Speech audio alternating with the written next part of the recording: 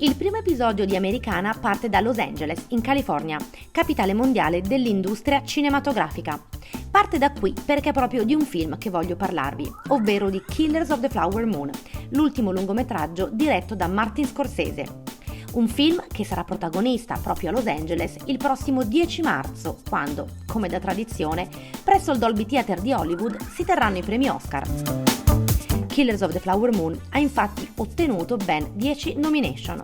Tra queste c'è anche quella per Best Director, ovvero miglior regista, cosa che ha fatto diventare Martin Scorsese il regista vivente più nominato nella storia dei premi Oscar, sorpassando anche Steven Spielberg. Per parlarvi meglio di Killers of the Flower Moon, però, dobbiamo lasciare Los Angeles e spostarci 4 stati più a est, fino in Oklahoma, dove negli anni 20 è avvenuta la vicenda al centro del film e dove il film è stato girato.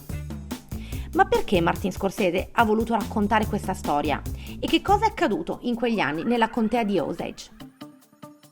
Well, our war hero has arrived. Killers of the Flower Moon was a series of murders of Osage men and women. I was drawn to the idea to tell this terribly tragic story that was never brought to national attention. One of the key things was that I was drawn to this world, where friendship and love existed with blatant extortion, exploitation, and murder.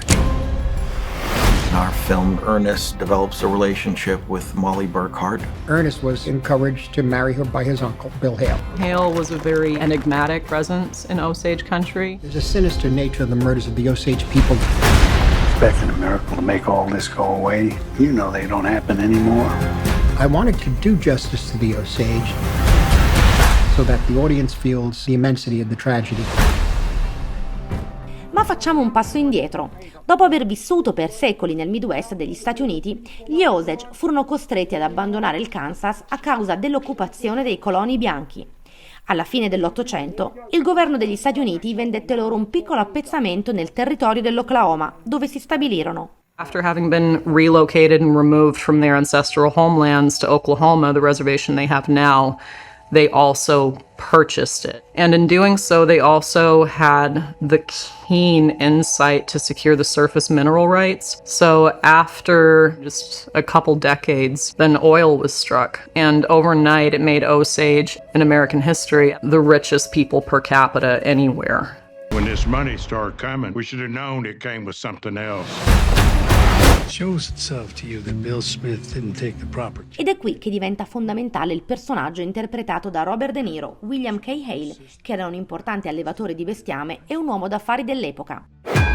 William King Hale is an extraordinary character. He was respectful on the one hand and murderous thug on the other hand. You're gonna make trouble, make it big. William K. Hale wanted to take control of Osage wealth and territory at all costs. That estate money flows the right direction, it'll come to us. Was exploiting and manipulating them. In real life, William Hale was the banality of evil. So many troubles that we've brought upon you. Action! I told her, you do it yourself. She said, I don't want to do it myself. I said, you're going to have to. How do you do, Mr. Hale? Well... Scorsese ha scelto di girare il film dove gli Osage vivono ancora oggi, lavorando dal 2019 a stretto contatto con la comunità e con Jeffrey Standing Bear, l'attuale capo della nazione Osage. I was concerned about someone else telling our story, but when you came on board, you said, we're going to film here. You're going to use our language department. You were going to work with our people who do costumes. What was that? This is 1920s, where people were still speaking the Osage language daily. Using the duality of both English and Osage was a symbol of the enmeshment of the two cultures.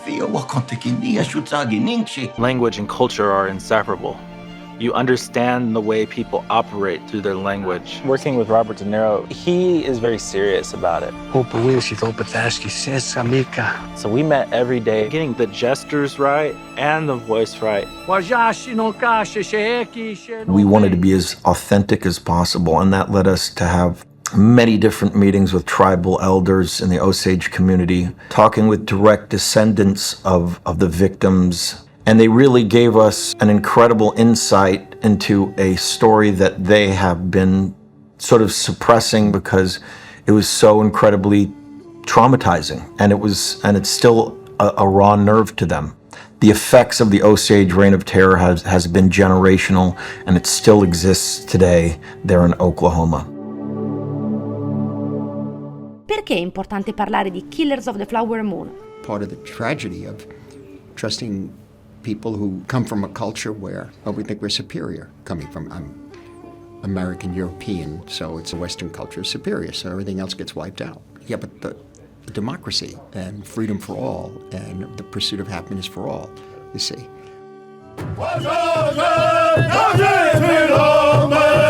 Hey!